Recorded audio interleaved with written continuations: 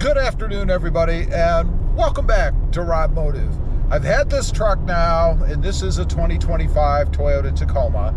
Prior to that, I had a 2024 Toyota Tacoma in the TRD Sport version. So it's time to do another little, I guess, comparison to the third gen, which, by the way, I really loved. I had like 7 or 8 of those trucks, so I really was quite fond of them. First of all, let's check out ride quality. We're driving in this truck right now, and one of the things that I noticed first and foremost about the 4th gen, the redesign, is the ride quality. It is definitely improved over the 3rd gen. And it's not really that the 3rd gen was that bad. You know, I've had other mid-size or small trucks in the past, the distant past, and they were horrible. And the 3rd gen was definitely better, but the 4th gen is just a step beyond. You get more of a floaty feeling, I guess, when you're driving the truck. Now, does that mean that it doesn't feel like a truck, that it feels like some sort of Lexus or luxury vehicle? No, it doesn't. I have a Tesla and it's smoother than this, but it is noticeably better than what we had in the 3rd generation. Next up, the power.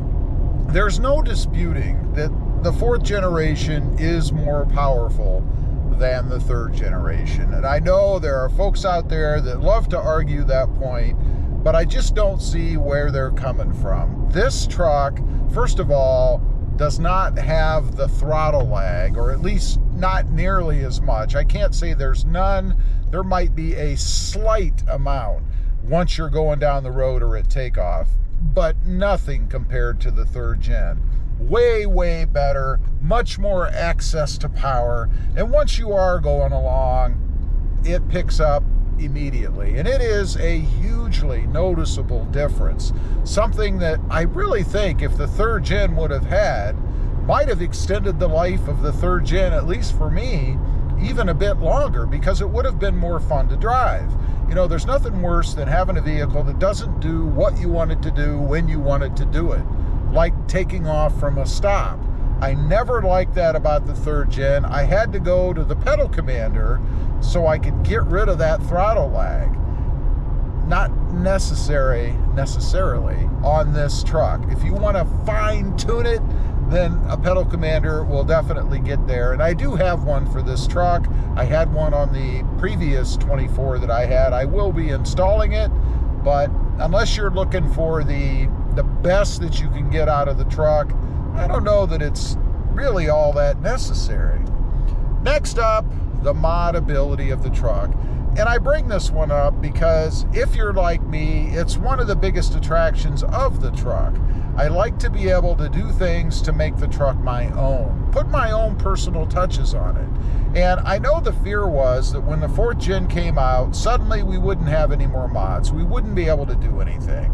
Now, that might have been true in the initial days or months of the 4th gen, because obviously the aftermarket needed time to catch up. And I think they've done a really good job. There are tons of things out there that anyone can do. And I'm talking things from just sticking something somewhere like the center console tray or the glove box organizer, to doing bolt-on things like maybe the cat shield cover or the front skid plate, to more complicated things like maybe the aux beam switch control, things like that.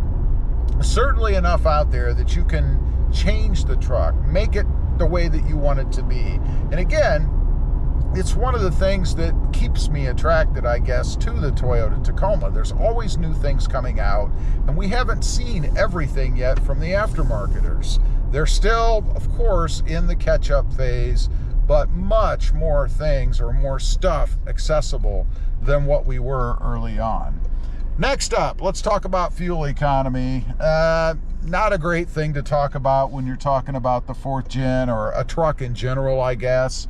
If you're looking for awesome fuel economy, then you probably bought the wrong vehicle. You probably should be in a Tesla or something, or maybe a hybrid. Something that's going to get, not a hybrid Tacoma though, but something that's going to get better fuel economy. It's not horrible in the Tacoma, but it's certainly not what a lot of folks like me, expected, and that was that we were going to have a truck that would get closer to, I would say, 30 miles per gallon. I'm not getting that in this truck. You know, I'm getting probably 16, 17, maybe I can push 18 miles per gallon depending on how I'm driving.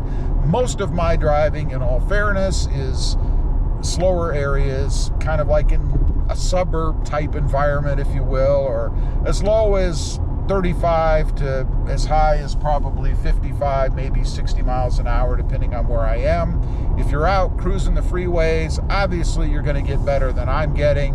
I've heard of people in right around the 26, 27, 25 mile per gallon range, but certainly nothing great. And comparing it to the third gen, you know, you might get another mile or 2, 3, if you're lucky, miles per gallon, again, depending upon how you drive. But I'd call it a wash between the two. Certainly nothing that you're going to want to write home about, right? Next up, reliability. This one is a huge point of contention, and it's what most of the third generation faithful try to pull out when comparing to the fourth gen. We don't know. I mean, let's be honest. The truck's been out for about, what, a year and a half, something like that now. We don't know for sure. Only time is going to tell.